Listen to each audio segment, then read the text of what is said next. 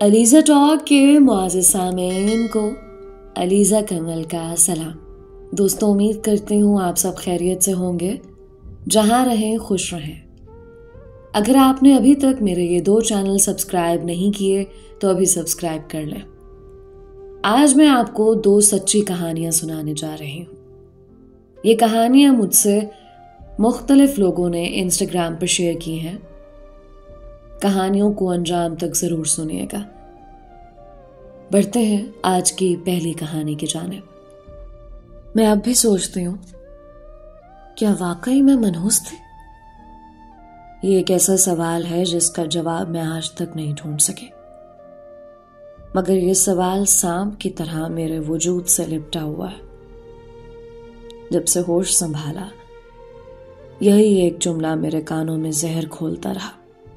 अरे रज्जो, तू तो बड़ी मनहूस है। शुरू में इस लफ्ज की संगीनी का ना एहसास था, ना मतलब समझ आता। मैं अक्सर सोचती, चची मुझे हर वक्त मनहूस कहकर क्यों बुलाती हैं? मगर जैसे जैसे उम्र बढ़ते गए, इस लफ्ज की तलखी मेरे अंदर गहरे उतरते गए, यहां तक कि वो मेरे वजूद, मेरी शनाख्त और मेरी रूह का हिस्सा बन गई। ये सारा किस्सा उस दिन से शुरू हुआ जब अब्बा ने दुनिया को खैर बात कहा। मैं उस वक्त साल भर की थी। अम्मी के सामने मेरी परवरिश का सवाल खड़ा हो गया। उनका मैका बहुत गरीब था।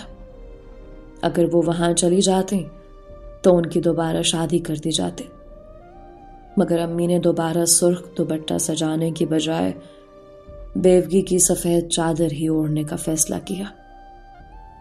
चचा, जो अब्बा से बेहद मोहब्बत करते थे, उन्होंने अम्मी को सहारा दिया और मेरी परवरिश की जिम्मेदारी ले ली। हमें अपने घर में रख लिया, मगर चची के दिल पर जैसे सांप लौट गया। वो अम्मी की जिंदगी को मुसलसल अजाब बनाए रखती और अम्मी सब्र के घूंट पीती रहती। यही चुप अम्मी के जिगर को अंदर ही अंदर कतरने लगे। चचा सारा दिन घर से बाहर होते और किसी को यह मालूम ना था कि उनकी बीवी अम्मी के साथ कैसा सुलूक कर रही है। वक्त गुजरता गया। मैं 5 बरस की हो गई। आखिरकार अम्मी के सब्र का पैमाना लबरेज हो गया और उनका जिगर जवाब दे गया। एक दिन जब मैं स्कूल से लौटी तो देखा सब लोग अम्मी के कमरे में जमा है। कोई कह रहा था अस्पताल ले चलो, तो कोई कह रहा था डॉक्टर को बुला लो। मैंने डरते डरते झांका तो देखा अम्मी को खून की उल्टी आई थी। उनका रंग तो वैसे ही जर्द रहता था, मगर अब तो वो जैसे मुरझाए हुए सरसों के फूल से भी ज्यादा पीली हो गई थी। वो हल्दी की गांठ जैसी लगने लगी थी। एतवार का दिन था। चचा सौदा सल्फ लेने बाजार गए हुए थे। जब वापस आए तो अम्मी की हालत बिगड़ चुकी थी। फौरन उन्हें गाड़ी में डालकर अस्पताल ले गए। डॉक्टरों ने बताया कि अम्मी का जिगर फेल हो चुका है। उन्हें काफी अरसे से पहलू में दर्द, मतली और भूख ना लगने की शिकायत थी, मगर ना किसी ने तवज्जो दी, ना अम्मी ने किसी से जिक्र किया। अंदर ही अंदर बीमारी उन्हें खा गई और यूं वो हमें छोड़ गई। अम्मी के जाने के बाद चची की जुबान के तीर अब बराह रास्त मेरी तरफ आने लगे। जाहिर है किसी पर तो उन्होंने अपना जहर निकालना ही था। वो तो अम्मी के सामने भी मुझे मनहूस कहा करती थी, मगर अब खुलकर कहती कि रज्जो बड़ी मनहूस है। पहले बाप को खा गई, फिर मां को निकल गई। अब देखना किसकी बारी है। अल्लाह खैर ही करे। शुरू में उनकी बातें मेरे सर से गुजर जाती, दिल पर असर ना करती थी, क्योंकि माना ही समझ नहीं आता था कि वो क्या कह रही हैं। मगर रफ्ता रफ्ता उनकी जहरीली जुबान मेरे नन्हे से कलेजे में छेद कर गई। वक्त गुजर रहा था। हफ्ते, महीने और महीने सालों में बदल गए। मैं अब स्कूल भी नहीं जा सकती थी। जो काम पहले मां से लिया जाता था, अब वो मुझसे लिया जाने लगा। चचा मुझे पढ़ाना चाहते थे, मगर चची वावेला करने लगती कि इतना काम मुझसे नहीं होता। ये लड़की किस मर्ज की दवा है, जितना पढ़ लिया बस काफी है। कहती थी कि मैंने इसे इसलिए स्कूल से हटाया है कि जब लड़कियां पढ़ने के बहाने घर से बाहर कदम निकालती हैं तो होशियार हो जाती हैं। जमाने की हवा लगती है तो पर निकल आते हैं, लड़कों से बाहर मुलाकातें हो जाती हैं, फिर उनसे यारियां लगती हैं। अरे बाबा, ये अकेले घर से पढ़ने को निकले तो कौन इसके 2 पैरों पर पहरा देगा? इज्जत बचानी है तो लड़की को 4 जमातें पढ़ा देना ही काफी है। चचा जो मुझसे बेहद मोहब्बत करते थे और बीवी की फितरत से खूब वाकिफ थे, जानते थे कि अगर वो मेरे हक में खुलकर बोले तो उनके जाते ही चची मुझ पर कहर बरसा देंगी। वो दिल महसूस कर रह जाते, मगर मेरी फिक्र दिल से करते थे। इसीलिए उन्होंने एक तरकीब निकाली। कहने लगे, मेरे भाई की कुछ जायदाद है जिसका पहले इल्म न था, अब वो इसी लड़की के नाम की जाएगी। बेहतर है कि इसे मैट्रिक तक पढ़ने दें, फिर रजिया की शादी अपने बेटे नवीद से कर देंगे, वरना जायदाद गैरों में चली जाएगी। चची ने बहुत सोचने के बाद कहा, अपने बेटे से तो मैं बहन की बेटी की शादी कर दूंगी। ये बात मैंने बचपन से तय कर रखी है। अलबत्ता तुम्हारी भतीजी किसी गैर के घर नहीं जाने दूंगी, ये मेरे भाई की बीवी बनेगी। ये सुनकर मैं बहुत रोई। चची के भाई को मैं मामू रमजान कहती थी। जब भी वो आता मुझे देखकर अजीब सी शक्लें बनाता। उसकी आंखों में कुछ ऐसी झलक होती थी कि जिसे देखकर मेरी रूह कांप जाती। वो उम्र में मुझसे बहुत बड़ा था और मुझे सख्त नापसंद था। जब नवीद को मालूम हुआ कि रज्जो के बारे में उसकी मां के ये इरादे हैं, तो उसने मां से झगड़ा शुरू कर दिया। चचा और नवीद एक तरफ थे और चची दूसरी तरफ। बेटे और बाप का इत्तेहाद मजबूत देखकर वो सोच में पड़ गईं कि अब उनकी एक न चलने वाली थी। मगर वो ऐसी औरत ना थी जो आसानी से हार मानती। मेरी हालत दीदनी थी। खौफ से दिन रात कांपती रहती, क्योंकि घर में जो झगड़ा हो रहा था वो मेरी जात के गिर्द घूम रहा था। बिलाखिर बेटा जीत गया और मां को हथियार डालने पड़े।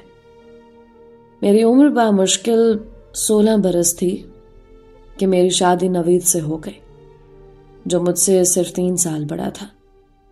वो खूबसूरत था और मैं भी शक्लो सूरत की बुरी न थी। समझ बूझ रखने वाले देखते तो कहते चांद सूरज की जोड़ी है। अल्लाह नजरे बद से बचाए। अब मुझे सुकून मिल जाना चाहिए था, क्योंकि मैं अब एक बोझ नहीं रही थी, बल्कि उस घर की बहू बन चुकी थी। मगर चची के दिल पर मुझे बहू बनाने का जो जख्म लगा था, उसे हर वक्त लहू टपकता रहता था। उन्होंने ठान लिया था कि अपनी भांजी को भी बहू बनाकर ही दम लेंगी, चाहे इसके लिए मुझे किसी तरह रास्ते से हटाना ही क्यों ना पड़े।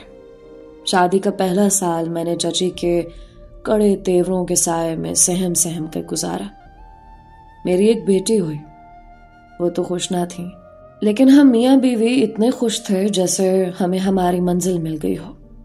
चचा ज़ेरे के इंसान थे, बीवी के तेवर और घर के माहौल को अच्छी तरह भांपते थे। उन्होंने इसका भी हल निकाला। भाग दौड़ करके नवीद का तबादला दूसरे शहर करवा लिया। हम मियाँ वाली से मरी आ गए। हमें सरकारी घर मिला और यहाँ 3 बरस बहुत सुकून से गुजरे। मेरे शौहर महकमा जंगलात में थे, उन्हें जंगलात का सर्वे करना होता था। एक दिन वो सर्वे पर गए तो जंगल में सांप ने डस लिया। जहर इतना तेज था कि संभलने का मौका न मिला। उन पर बेहोशी तारी हो गई और उनके साथ ही जब तक उनके करीब पहुंचे वो जान की बाजी हार चुके थे। उन्हें अस्पताल ले जाने का मौका भी ना मिल सका। ये खबर बिजली बनकर मुझ पर गिरी। अब मैं सही मानों में गम से आशना हुई। मेरी दुनिया उजड़ चुकी थी। जीने का हौसला टूट गया था, मगर अपनी बच्ची मोमना के लिए जीना था।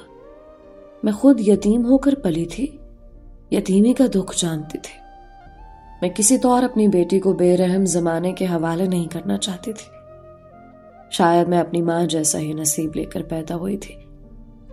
चची शायद चाहती थीं कि लोग मोमना को भी मेरी तरह मनहूस समझें, मगर मैंने तहैया कर लिया कि हर हाल में जीऊंगी और अपनी बच्ची पर अपनी हस्ती से साया रखूंगी। चचा और चची हमें वापस अपने घर ले आए। चची ने मुझे देखते ही पहला जुमला कहा, निगल लिया ना मेरे बेटे को भी। सच कहती थी मैं कि तू मनहूस है, अब मान गई ना मेरी बात। मैंने कहा, हाँ चची, मान गई हूं। मुझे यकीन हो गया है कि मैं वाकई मनहूस हूं। आप सच कहती हैं, आपका कोई कसूर नहीं, मैं ही नहूसत की एक मूरत हूं। चचा ने मुझे दिलासा दिया, जब तक वो जिंदा रहे हम माँ बेटी को कभी रोटी की मोहताजी ना हुई। मगर उनकी बीवी अब मुझे ऐसे देखती जैसे सफेद चादर पर दाग। सर पीट पीट कर चची कहती कि जब से ये पैदा हुई पहले अपने बाप को खा गई, फिर माँ को, और फिर हमारे बेटे को निकल गई। उनके बोल कड़वे जरूर थे, मगर अब तो मुझे भी वो हक बजाने लगती थी, क्योंकि मोमना अभी 7 बरस की ही थी कि बाजार में 2 आदमियों के दरमियान झगड़ा हुआ और गोलियां चल गईं। चचा बेचारे नाहक बीच में आ गए और एक गोली का वो निशाना बन गए।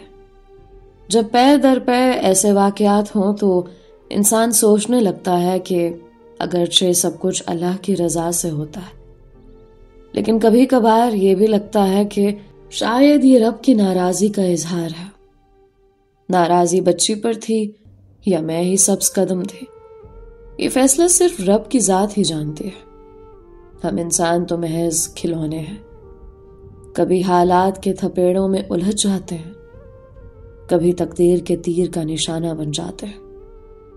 कांच का खिलौना अगर जमीन पर गिर जाए तो उसकी क्या मजाल के टूटे बगैर बच जाए।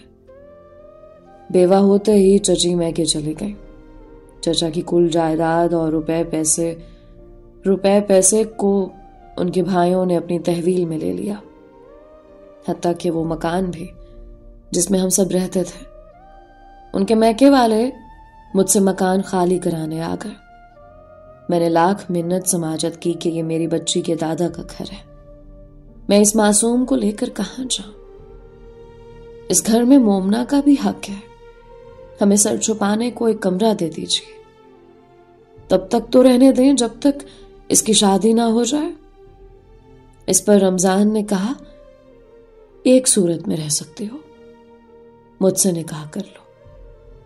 मैंने कहा, मैं आपके भांजे की बीवी थी, अब आपसे निकाह करना कहां का इंसाफ होगा। वो मुंह फुलाकर चला गया। चंद ही दिन गुजरे थे कि बच्ची के वालिद और भाई आ गए कि हम बच्ची को लेने आए हैं। इस पर दादी का भी हक है, अगर इसे बाप दादा की जायदाद का वारिस बनना है तो इसे अपनी दादी के पास रहना होगा। मैं समझ गई कि अब मेरी मुसीबतों में इजाफे का वक्त आन चुका है।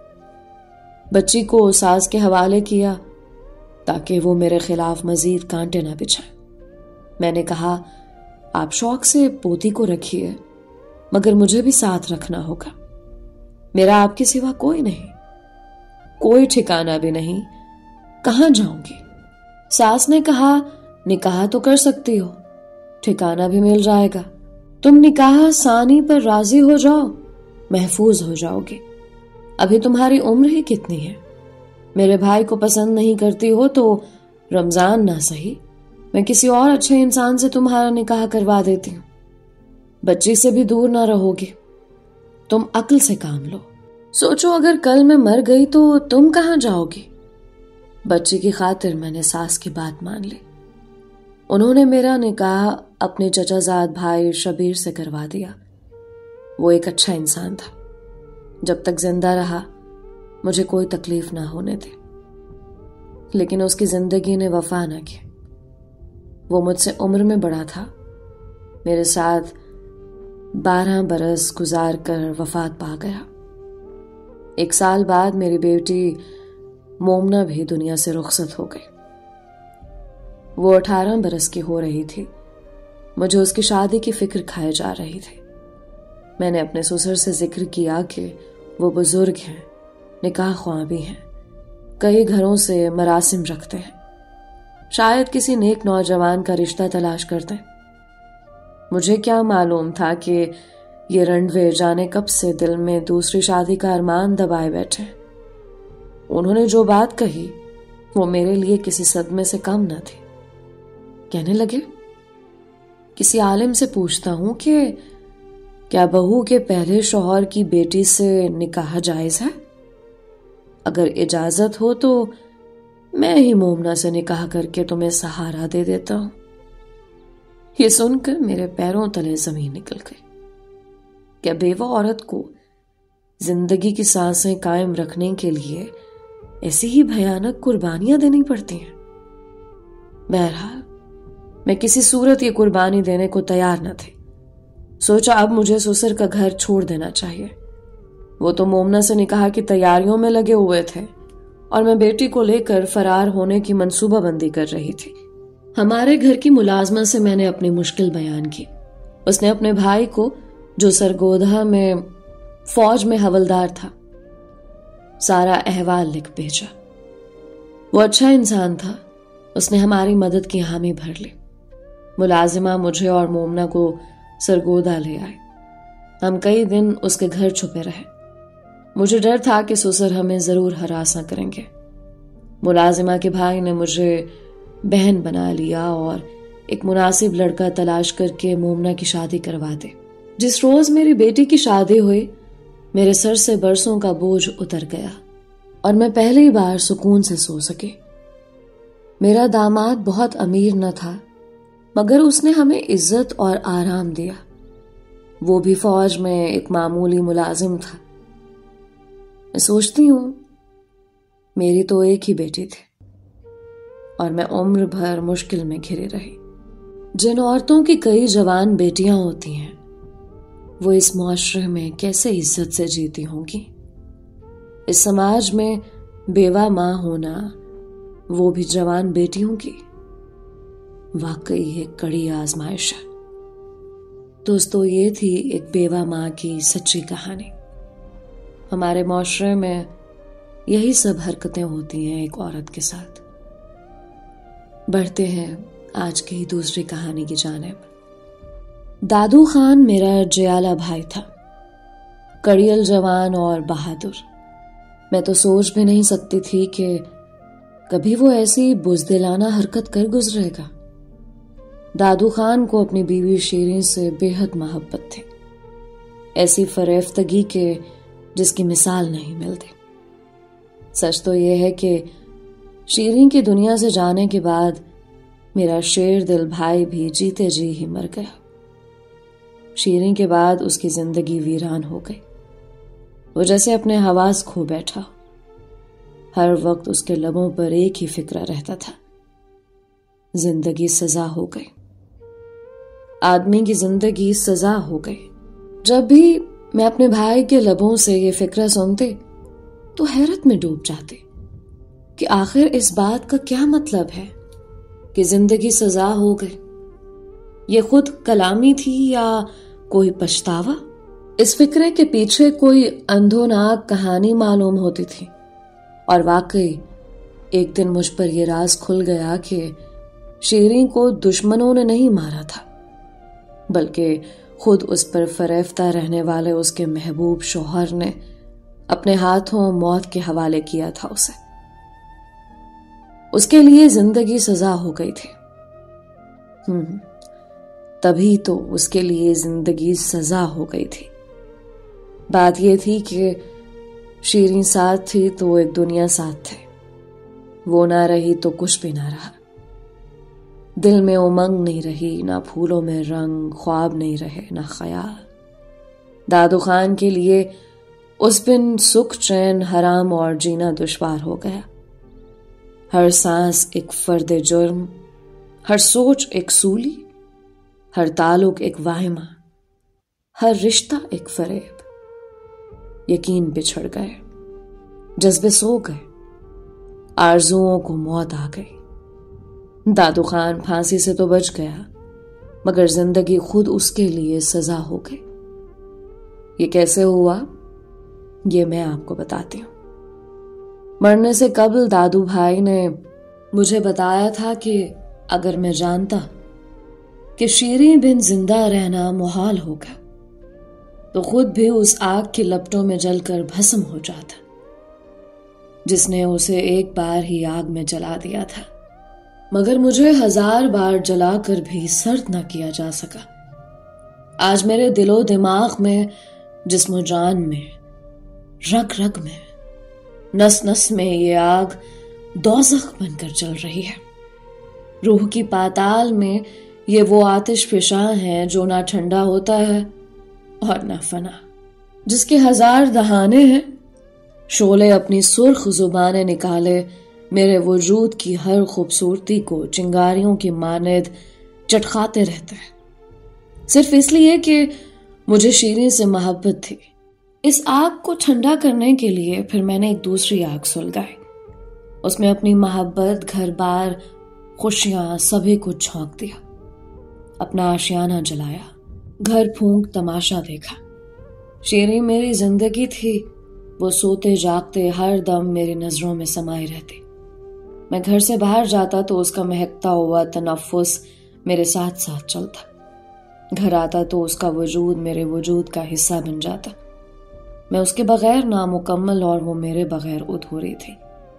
मैं उसका दीवाना था कि हाँकपन उस पर फूलों की तरह बरसता था। खूबसूरती उस पर खत्म थी, दिलकशी के सब जाविये उस पर तमाम थे। वो जमीन का चांद थी और आसमान की हूर थी। सब कहा करते थे कि दादू खान बुलंद बख्त है और शीरीं खानम साहिब नसीब, कि मैं उसको मिला था और वो मेरे हिस्से में आई थी। इतना कहकर भाई की सांस उखड़ने लगी। वो चुप हो गए और मैं मबहूत बैठी रह गई। हालांकि शादी से पहले वो खुर्रम खान से मोहब्बत करती थी, लेकिन मैं जानती थी कि भाई ने अपनी तमाम तर कोशिशें सर्फ करके उसका रिश्ता हासिल कर लिया था। वो ना चाहते हुए भी मेरी भाभी बन गई। तब उसको ना चाहते हुए भी अपनी तमाम तर मोहब्बत खान की झोली में डालनी पड़ी। उसने इकरार कर लिया कि दरअसल मेरा भाई ही उसकी मोहब्बत के लायक था। खुर्रम हरगिज ना था। वो हया की तस्वीर और वफा की पुतली थी, शौहर की आन और घर की लाज थी, जिसका ज़र्फ वाकई माबद गाहों का सा आला मकाम था, जिसका प्यार खरे सोने का सा अनमोल था। उसने 20 साल इस तरह हमारे दरमियान मेरे भाई की रफाकत में गुजार दिए कि एक लम्हे के लिए भी हमने ये महसूस नहीं किया कि भाई ने उसके साथ शादी करके गलती की है। उनके 3 बेटे हो गए। बड़े बेटे की उम्र उस वक्त 17 साल थी जब यह हादसा हुआ। भाई कचहरी में बैठा था कि 20 बरस बाद अचानक वहां खुर्रम खान आ गया। दोनों रूबरू थे, आमना सामना हो गया। वो भाई का रकीब था और माजी में शीरीं को चाहता था और उसे शादी का ख्वाहिशमंद था। बरसों उन दोनों ने आपस में सर्द जंग लड़ी थी। आखिर दादू खान, मेरा भाई, ये बाजी जीत गया और उसकी शादी शीरीं खानम से हो गई। खुर्रम रकीब के तौर पर हार गया और दिल बर्दाश्ता होकर हमारे इलाके से ही कूच कर गया और फिर भी उसने इलाके में किसी को अपना चेहरा न दिखाया। आज भी उसका नजर आना मेरे भाई को वैसा ही सख्त गुजरा जैसे 20 साल पहले गुजरता था। दादू खान को देखते ही उसने तानाजनी की, यूं के बुलंद आवाज से कहा कि मुझे यकीन है औरत अपनी पहली मोहब्बत कभी नहीं भूलती। अगरचे उसका मुखातिब एक और शख्स था, लेकिन पसे पर्दा वो दादू खान से ही मुखातिब था।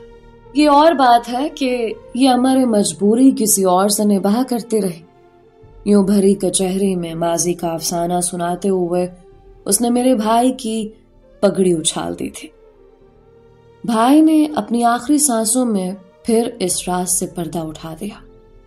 उसने मुझे बताया था कि खुर्रम खान के ये अल्फाज सुनकर मेरे कान साए साए करने लगे। माजी का वो दिन जंगी भरेरे की मानद मेरी नजरों के सामने लहराने लगा, जब एक बार हम दोनों शीरी खानम की खातिर दस्तों गिरे बांधे। लेकिन आज वो मेरी मनकुआ, मेरे 3 बच्चों की मां थी।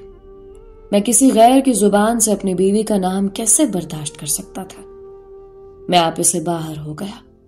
इससे पहले कि मैं उस पर पिल पड़ता, लोग दरमियान में आ गए और उन्होंने मेरी बंदूक की नाल पकड़ ली, मुझे काबू करके बेबस कर दिया। हुजूम के दरमियान में आ जाने से उसे भाग निकलने का मौका मिल गया।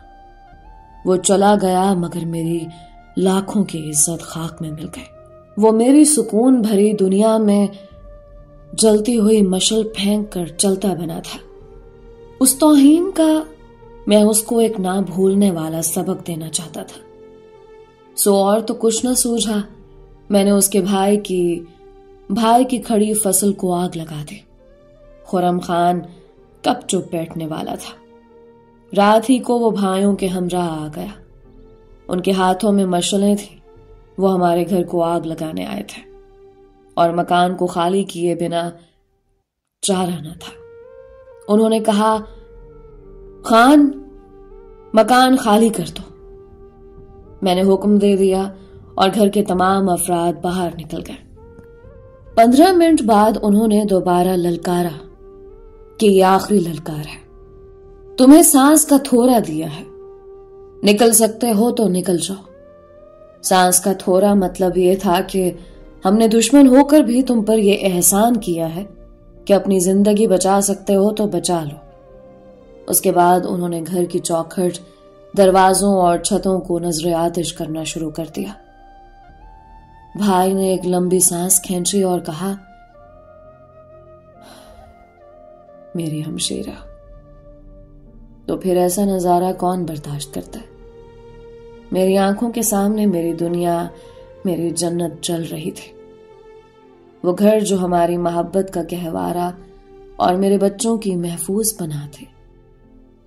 शीरी मेरे कंधे पर सर रखे रो रही थी कि उसने तिनका तिनका जोड़कर यह आशियाना बनाया था। तभी मेरे दिल में एक ख्याल कूदा कि मैं क्यों ना खुरम खान को ऐसी सजा दूं कि उम्र भर ना भुला सके। मुझे ये तो यकीन था कि वो अब भी शीरी खानम को चाहता है और उसकी मोहब्बत को दिल में बसाए हुए है।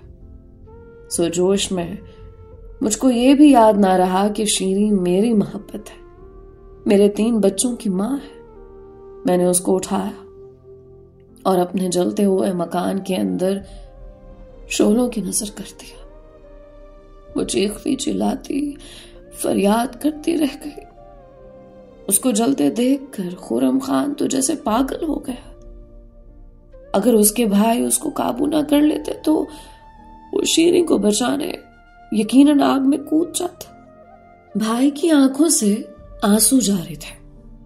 उन्होंने कहा, मेरा इरादा खुरम खान को शीरी खानम के जिंदा जलाने के इल्जाम में गिरफ्तार करवाने का था। मेरा ये वार कारी लगा और वो मेरे घर को आग लगाने के इल्जाम में गिरफ्तार हो गया, जिसमें मेरी बीवी शीरी खानम जल गई थी।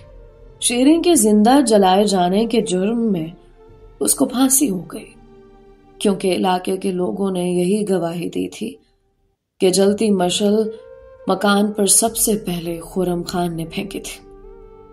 दादू खान और बच्चे तो मकान से बाहर निकल आए, मगर शीरी ना निकल सकी क्योंकि वो फौरन आग की लपेट में आ गई थी। खुरम तो एक बार ही फांसी का फंदा गले में डालकर इस जहां की कमीनगियों से निजात पा गया, मगर मेरे लिए एहसास-ए जुर्म एक ऐसी सूली बन गया है कि जिस पर मैं आज अपनी आखिरी सांसों के दरमियान भी लटक रहा हूं। ये कहकर मेरे दादू भाई ने आखिरी हिचकी ली और इस जहां की सजा से हमेशा के लिए निजात पा गया। ये कहानी आज मैंने आप सबको इसलिए सुनाई है ताकि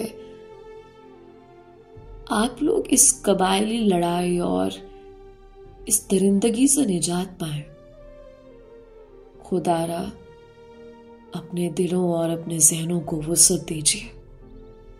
इस तरह से खानदानी लड़ाइयों में, माजी के वाकयात में घुसे ना रहे। खुद को इस सबसे बाहर निकालिए। जोश, जज्बे और गुस्से में इंसानियत को मत भूलिए। दोस्तों, ये थी आज की कहानी। उम्मीद करती हूं इन दोनों कहानियों से आपने काफी कुछ सीखा होगा। मुझे अपनी राय का इजहार कमेंट्स में जरूर किया करें। आप सबके प्यार और सपोर्ट का बेहद शुक्रिया। आज का स्पेशल थैंक्स मिस मरियम का, जिनका ताल्लुक बहावलपुर पाकिस्तान से है, और मिस्टर आहद का, जिनका ताल्लुक इंडिया से है। अगर आपने अभी तक मेरे चैनल को सब्सक्राइब नहीं किया तो अभी सब्सक्राइब कर लें, क्योंकि यही मेरे लिए सबसे बड़ी मोटिवेशन होती है। मिलते हैं एक और मुख्तलिफ और नई कहानी के साथ। अपना और अपनों का बहुत ख्याल रखें। अलीज़ा कमल को इजाज़त दीजिए। अल्लाह हम सबका हामी और नासिर रहे।